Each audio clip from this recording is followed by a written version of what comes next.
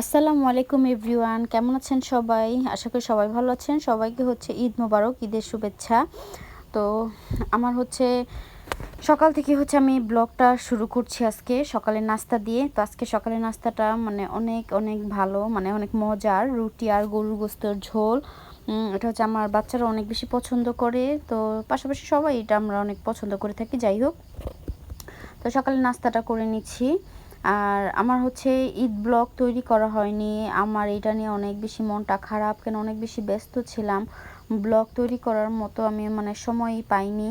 সকালবেলা উঠেই হচ্ছে রেডি করে ওদেরকে মসজিদে পাঠানো নিয়ে অনেক বেশি ব্যস্ত। তো যাই হোক, তো ঈদের পর দিন এই ব্লগটা হচ্ছে আমার ঈদের পরের দিনেরই সকাল থেকে হচ্ছে শুরু করলাম। তো পরের দিন থেকে হচ্ছে ব্লগটা কন্টিনিউ করা শুরু করছি। এখানে হচ্ছে ঈসা আম পড়তেছে।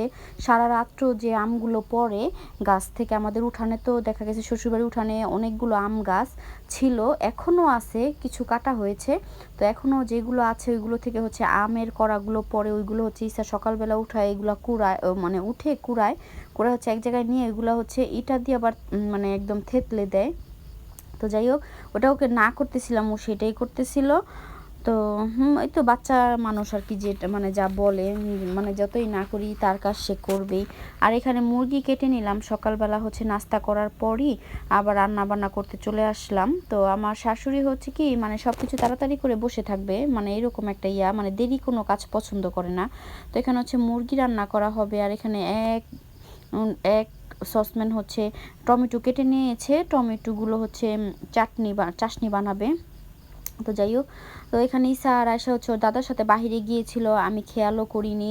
তো এটা নিয়ে টেনশনে ছিলাম। তো আমি হচ্ছে একটু মানে রাস্তার দিকে আসছি, এটা রাস্তা না, এটা বাড়ির মধ্যে রাস্তা, মানে গাড়ি চলে না এখানে, মানে যাতায়াত করে। তো যাই হোক, এখানে এসে দাঁড়াইছি, তার একটু পরই দেখি যে ওরা চলে আসছে। যাই হোক, ওরাও আসার পর আমি একটু মানে টেনশন মুক্ত হয়েছি, কেন অনেক বেশি টেনশন করতেছিল ওর দাদুও, যে বলে গেল না নিয়ে গেল। তো যাই হোক, ওরাও চলে আসছে। তারপর হচ্ছে ওদেরকে নিয়ে বাসায় চলে যাচ্ছে। আর বলতেছিলাম তোমরা গিয়েছো বলে যাও না কেন, ওরা বলেও যায়নি। তো আমার এই ভিডিওটা যদি আপনাদের কাছে ভালো লাগে, একটা লাইক কমেন্টস করে আমার ভিডিওটা শেয়ার করে দিবেন, আর চ্যানেলটা সাবস্ক্রাইব করে আমার পাশেই থাকবেন। তো আব্বা গিয়েছিল বাইরে ডিম আনার জন্য, ডিম বাসা শেষ হয়ে গিয়েছিল। তো এখানে হচ্ছে আমি এখন ডিমগুলো সিদ্ধ করে নিয়েছি, এগুলো হচ্ছে এক এক করে এখন খোসা ছাড়িয়ে নেব। আর এই আলু দুইটা হচ্ছে পোড়া দিব।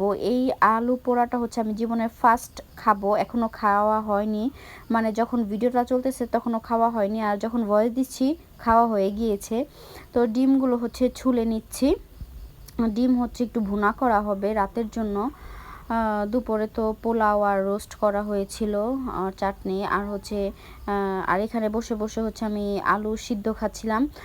কিছু হচ্ছে পোড়া দেওয়ার জন্য রেখেছি, পুড়িয়ে খাবো, আর কিছু হচ্ছে সিদ্ধ করে নিয়েছি, এটা হচ্ছে সিদ্ধ করে নিয়েছি। তো আমি আপনাদেরকে দুটোটার পার্থক্যই বলবো শেষের দিকে।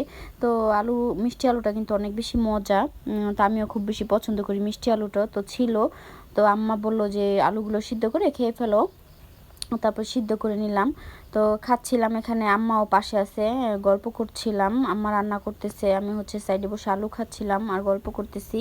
তো এই তো আম্মা হচ্ছে ডিম ভুনা করতেছে, ডিমগুলো ছুলে দিয়েছিলাম, ওই ডিমগুলো হচ্ছে এখন ভুনা করে নিল। শেষ। আম্মা অনেক বেশি তাড়াতাড়ি রান্না করতে পারে। আর এখানে হচ্ছে রোস্ট রান্না করা হচ্ছে। তো আপনারা অনেকে বলবেন রোস্টের মুরগি এরকম পিস পিস করে কাটা কেন? তো বাসায় খাবো এই কারণে হচ্ছে এভাবে করেছি। আর মুরগিটা অনেক বেশি বড় ছিল, পিস পিস করলে হয় কি মশলাটা ভালো মতো আর কি ভিতরে যায়। আর মেহমান তো আর কেউ খাবে না, আমরাই খাবো। আর এখানে হচ্ছে রান্না বান্না সব শেষ। এখন হচ্ছে ঈসা আয়েশার হচ্ছে ক্ষুধা লেগে গিয়েছে, আমি এখন পর্যন্ত গোসলও করতে পারিনি। তো ওদেরকে হচ্ছে খাওয়া দিয়ে হচ্ছে আমি গোসল করতে যাব। আর এখানে দেখতে পাচ্ছেন আপনারা পাতিলাটার মধ্যে হচ্ছে অনেক মাটি লেগে আছে, এই মাটিটা হচ্ছে লাগিয়েই চুলার মধ্যে রান্না করেছে, কারণ মাটির চুলায় কিন্তু অনেক বেশি কালি উঠে, এটা আমরা অনেকেই জানি। এই কারণে হচ্ছে মাটিটা লেপে তারপর হচ্ছে রান্নাটা করেছে, কালিটা হচ্ছে খুব তাড়াতাড়ি আর কি সরে যাবে পাতিলার থেকে। তো এই তো ওদের খাবার হচ্ছে আমি বেড়ে নিচ্ছি। আর আজকে দুপুরে কি কি আইটেম করা হয়েছে ওইটাই দেখাবো। এখানে হচ্ছে যে মুরগি রোস্ট করা হয়েছে, আর এখানে ডিম একটু ঝালঝাল করে ভুনা করা হয়েছিল। রাতের জন্য দুপুরের জন্য যে যেভাবে যখন খায়। আর এখানে চাটনি করা হয়েছে টমেটো, আর এখানে একটু দই ছিল, তো এসে হচ্ছে একটা দই আনিয়েছিল ইসার আব্বু। তো আমি তো খাইনি একদমই, তো ইসা এসেই হচ্ছে এই দইয়ের উপর দিয়ে আর কি ওদেরই যাচ্ছে, অনেক বেশি পছন্দ করে ওরা দইটা। তো এই তো এখন হচ্ছে ওদের খাবারটা আমি নিয়ে নিলাম, ওদেরকে খাওয়া দিয়ে হচ্ছে তারপর আমি গোসল মানে খাওয়ায় দিয়ে তারপর হচ্ছে আমি গোসলে চলে যাব। তো ভালোই লাগে দেশে আসলে, দেশের আবহাওয়া, দেশের পরিবেশ, দেশে কাটানো কিছু মানে সব মুহূর্তগুলো আমার কাছে অনেক বেশি ভালো লাগে। প্রথম প্রথম ভালো লাগতো না দেশে, তারপরে এখন আস্তে আস্তে আস্তে আস্তে সময় যত যাচ্ছে দেশে খুবই ভালো লাগে। তো ঈদ করতে দেশে চলে আসছি। তো আপনারা অনেকে এর মধ্যে আমার ঈদ শপিংয়ের ব্লগটা পেয়েছেন, তো আমি আগে দিতে পারিনি, পরে দিয়েছি। আগে দিলে আমার ঈদটা পুরনো হয়ে যাবে এই কারণেই। তো এই তো এই খাবারটা তখনও বললাম আমি জীবনের প্রথম খেয়েছি। এই তো আলুটা হচ্ছে সিদ্ধ দিয়েছি, রান্না শেষে হচ্ছে আলুটা সিদ্ধ দিয়েছি, রান্নারও অনেক পরে দিয়েছি, মনে ছিল না, তারপরও এত সুন্দরভাবে সিদ্ধ হয়েছে। তো কি পোড়া মানে সরি পোড়া দিয়েছি, তো পোড়া থেকে সিদ্ধটাই আমার কাছে বেশি মজা লাগছে। কেন পোড়া আলুটার ভিতরে যেন কেমন পানি পানি লাগছে আমার কাছে, আর সিদ্ধ করেছি যেটা একদম নরম হয়ে গিয়েছে, একদম মানে আঠালো হয়ে গিয়েছিল। তো যাই হোক, আমার ভিডিওটা আজকের এই পর্যন্তই রাখছি। আর আপনারা এইভাবে পোড়া আলু কে কে পছন্দ করেন বা কারা খেয়েছেন, কারা খাননি এখনও, অবশ্যই আমাকে কমেন্টস করে জানাবেন। আমি এই ফার্স্ট টাইম খেলাম। আমার ভাবি সবসময় গল্প করতো পোড়া আলু অনেক বেশি মজা। তো আজকে আমার এটা মানে মনে পড়ে গেল আলু দেখে, তারপর হচ্ছে আমি আম্মাকে বললাম আম্মা আমি এই 2টা আলু হচ্ছে পোড়া দিয়ে খাবো।